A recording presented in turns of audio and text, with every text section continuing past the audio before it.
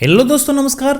जैसा कि हम सभी जानते हैं कि हमारे देश की एक बड़ी आबादी आज भी किसी प्रकार का लाइफ इंश्योरेंस करवाने से वंचित हैं, क्योंकि आर्थिक समस्या के कारण वे लाइफ इंश्योरेंस का प्रीमियम जमा नहीं कर पाते हैं। ऐसी स्थिति में यदि परिवार के अर्निंग मेंबर की डेथ हो जाती है तो परिवार पर आर्थिक संकट आ जाता है, क्योंकि एक ओर तो घर का कमाने वाला सदस्य चला जाता है, वहीं दूसरी ओर घर खर्च भी बढ़ जाते हैं। इसी बात को ध्यान में रखते हुए प्रधानमंत्री श्री नरेंद्र मोदी ने 9 मई 2015 को प्रधानमंत्री सुरक्षा बीमा योजना और प्रधानमंत्री जीवन ज्योति बीमा योजना की शुरुआत की है। दोस्तों, यदि आप प्रधानमंत्री जीवन ज्योति बीमा योजना के बारे में जानना चाहते हैं तो उसके लिए मैंने अलग से एक वीडियो बना रखा है, जिसका लिंक आपको डिस्क्रिप्शन बॉक्स में मिल जाएगा। प्रधानमंत्री सुरक्षा बीमा योजना आज तक की सबसे सस्ती बीमा योजना है, क्योंकि इसमें मात्र 12 रुपये सालाना जमा करने पर हमें 2 लाख तक का एक्सीडेंटल रिस्क कवर मिल जाता है, जिसमें एक्सीडेंटल मृत्यु होने पर 2 लाख तक की आर्थिक सहायता हमारी नॉमिनी को दी जाएगी। और यदि एक्सीडेंट में मृत्यु न होकर परमानेंट डिसेबिलिटी हो जाती है, जिसमें दोनों हाथ कट जाएं या दोनों पैर कट जाएं या फिर दोनों आंखों की रोशनी चली जाए या तीनों अंगों में से किन्हीं 2 अंगों के न रहने पर भी इसे परमानेंट डिसेबल माना जाएगा और ऐसी स्थिति में 2 लाख की आर्थिक सहायता हमें दी जाएगी। और यदि एक्सीडेंट में परमानेंट डिसेबिलिटी न होकर पार्शियल डिसेबिलिटी होती है, जिसमें एक पैर कट जाए या एक हाथ कट जाए या एक आंख की रोशनी चली जाए, तब इसे पार्शियल डिसेबल माना जाएगा और ऐसी स्थिति में हमें 1 लाख तक की आर्थिक सहायता दी जाएगी। इस योजना में नामांकन करवाने के लिए आवेदक की उम्र 18 से 70 वर्ष होना आवश्यक है। इस योजना में नामांकन करवाने के लिए आप अपनी संबंधित बैंक जा सकते हैं, जहां से आपने अपना अकाउंट खुलवा रखा है।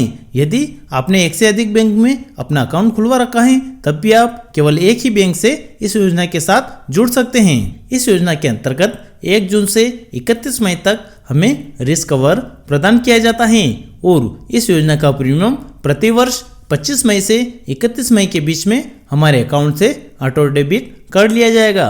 और यदि हमारे अकाउंट में पर्याप्त राशि नहीं होगी तो इस योजना का प्रीमियम हमारे अकाउंट से ऑटो डेबिट नहीं होगा, जिसके कारण इस योजना का रिस्क कवर आगे के लिए समाप्त हो जाएगा, जिसे हम भविष्य में इस योजना का प्रीमियम जमा करके पुनः चालू करवा सकते हैं। दोस्तों, कई बार व्यक्ति की एक्सीडेंटल डेथ हो जाती है और हमें यह पता नहीं रहता है कि उस व्यक्ति का इस योजना के अंतर्गत बीमा हुआ है या नहीं हुआ है। तो यह जानने के लिए हमें पासबुक एंट्री करवानी होगी और यदि पासबुक एंट्री में 12 रुपये की कटौती PMSBY के नाम से हुई है तो इसका अर्थ है कि उस व्यक्ति का इस योजना के अंतर्गत बीमा हुआ है और उसकी नॉमिनी को इस योजना के अंतर्गत 2 लाख तक की आर्थिक सहायता दी जाएगी।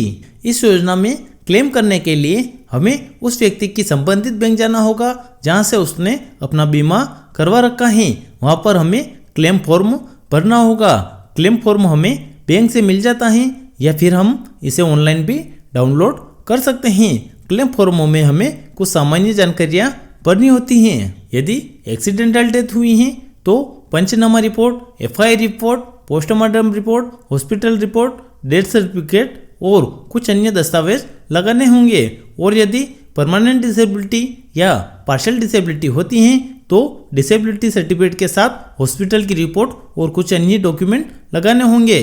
क्लेम फॉर्म के साथ डॉक्यूमेंट लगाने के बाद बीमा कंपनी इसकी जांच करती है और जांच में यदि जानकारियां सही पाई जाती हैं तो इस योजना के अंतर्गत आर्थिक सहायता दी जाएगी।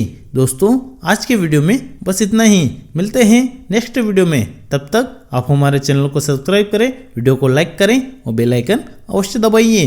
धन्यवाद।